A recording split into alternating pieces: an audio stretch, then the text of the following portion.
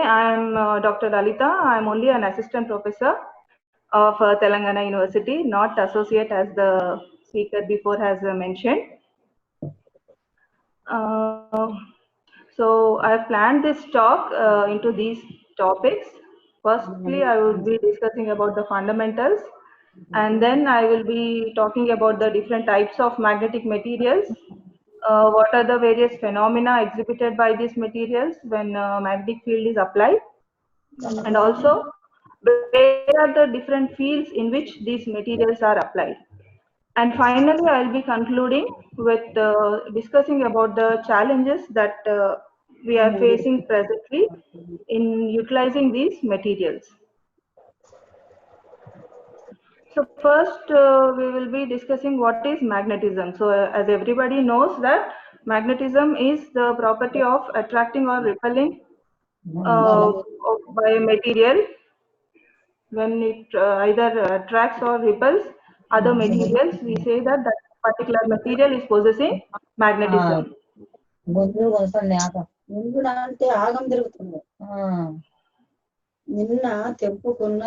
can hear somebody speaking. Is it overlapping?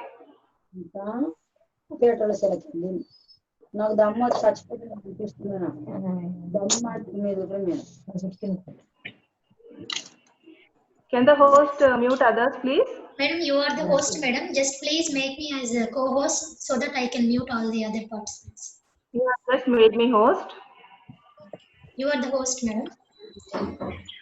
I don't think so.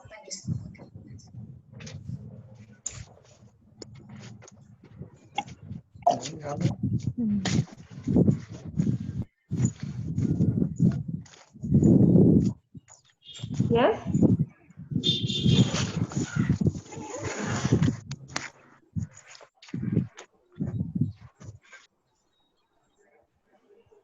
Okay.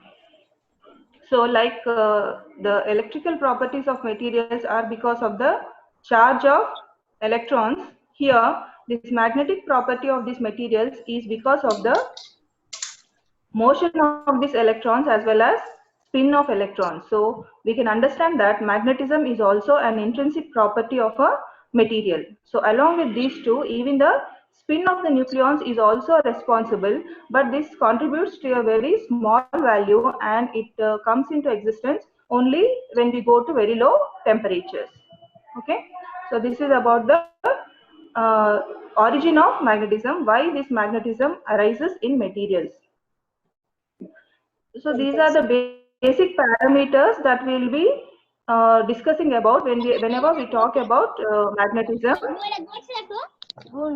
Magnetic induction is the one parameter that is measured. So when we bring a magnet close to any material, so it will allow, based on its property, either it will allow or it will not allow the magnetic lines of force to pass through it. Okay, so that material, how much is it allowing the magnetic field to pass through it is measured using magnetic induction. So this magnetic induction and the magnetic field intensity. So this is the parameter that is measured in the magnetic material. So whenever you are exposing any material to a magnetic field, so how much magnetic field is being generated by that magnet, that can be measured using this magnetic field intensity. Okay, then when you are applying this magnetic field, sometimes the material may get magnetized. It may also get converted to a magnet. So that phenomenon is called as magnetization, and that parameter is called as magnetization. So this parameter is directly proportional to the field applied, and when you remove the proportionality sign, you get a term called as susceptibility. So most of the materials, you will be studying them based on this parameter called as susceptibility. So how much is this material susceptible, or it is able to get converted to magnetic material, that is called as susceptibility. So knowing these basics, we'll go to the types of magnetic materials. Before that, just for a idea, like on what are the different types of magnets that we have now. So considering, we can say that an atom is the tiniest magnet that we can find. So even an individual atom behaves like a magnet when it has an electron that is orbiting around its nucleus, and magnetic moment is will be produced in this direction given in the picture. Okay, and the electron also spins and orbits around the nucleus, producing the magnetic moment at the center.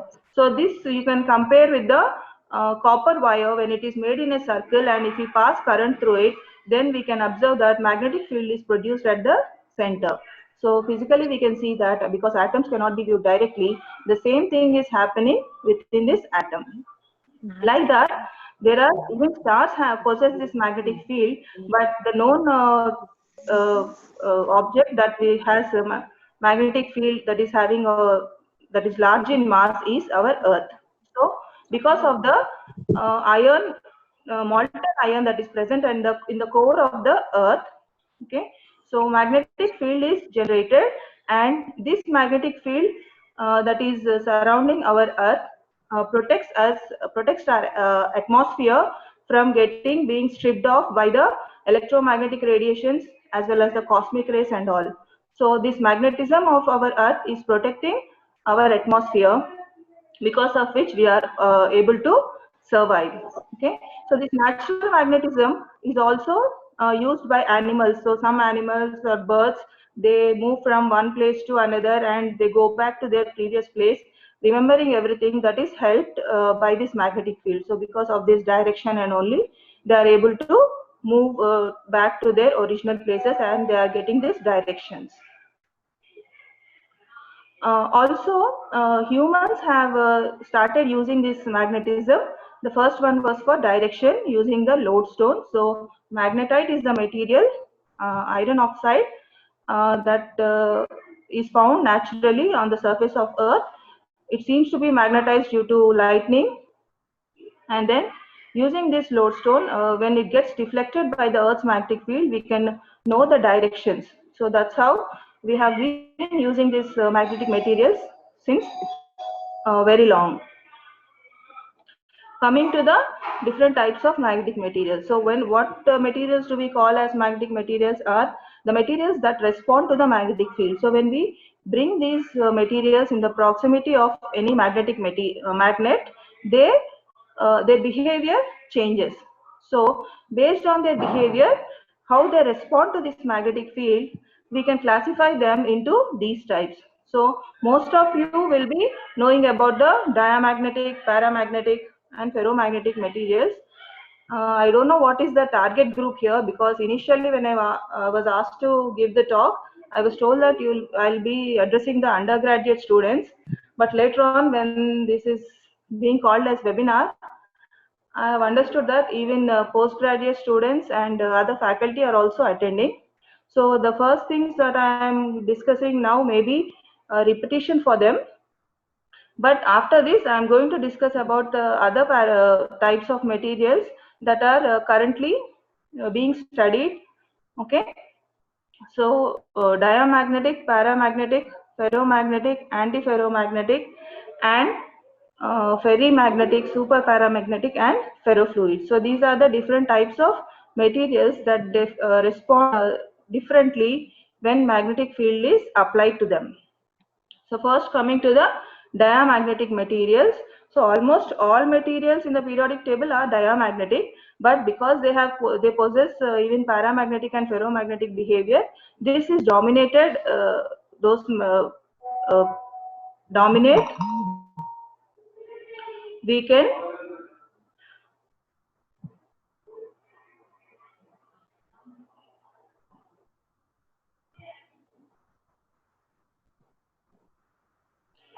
We can say that because of the paramagnetic and ferromagnetic nature, this diamagnetic nature is being suppressed.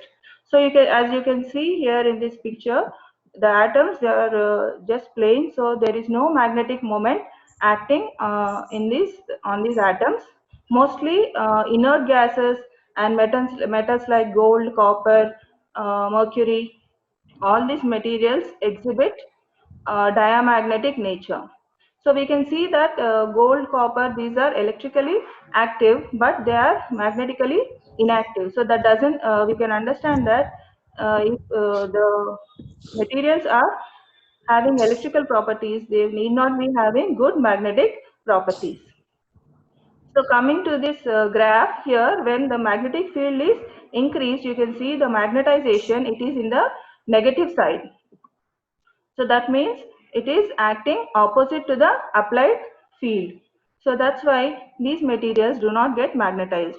So the well-known diamagnetic materials which can be used for various applications are the superconducting materials. So though they are diamagnetic, because of their this diamagnetic response to the magnetic field, they are used in various applications that I will be discussing later. Next is the paramagnetic materials. So these materials have randomly oriented magnetic moments. So they will be having some positive susceptibility, but it will be very less small. And in this, you can see the red arrows that are on the atoms. They indicate the magnetic moment. They are in various directions. So when you are applying magnetic field in one particular direction, we cannot make all the atoms to be oriented in the same direction. So that's why the material will not get fully magnetized. So in the graph also you can see when the field is applied, the magnetization is there but positive, but it is very low. So these materials like aluminium and some diatomic gases and transition materials, all these are examples of paramagnetic materials. This behavior is also used like in achieving very low temperatures. Temperatures near to 0 degrees Kelvin can be achieved using these paramagnetic materials. When when you apply adiabatic demagnetization phenomena to these materials, paramagnetic salts, we can achieve those low temperatures. So we can see that though they are not active magnetically, they can be used for various applications. Then the next type of materials are ferromagnetic materials. So these are the mostly used materials. They are applied in various fields. So we can see when you are applying magnetic field, uh, the magnetization increases rapidly for low field only. Then after certain period, it gets saturated. So that is the maximum uh, value that the material can get magnetized. Okay, so that means all the magnetic moments of this particular material will be aligned in the direction of the applied magnetic fields. So there are so many natural materials that exhibit this kind of behavior, like iron, cobalt, nickel, and most of the uh, magnets that are being prepared, ferromagnetic materials, are the alloys of these particular materials. So these find various applications. Again, these are classified into different types that we'll be discussing in the next chapters. Coming to the antiferromagnetic material. So in this, the orientation, there will the atoms will be aligned anti-parallel. So if one is in the up direction, the neighborhood atom will be in the downward direction. So what happen is the total magnetic moment will get cancelled.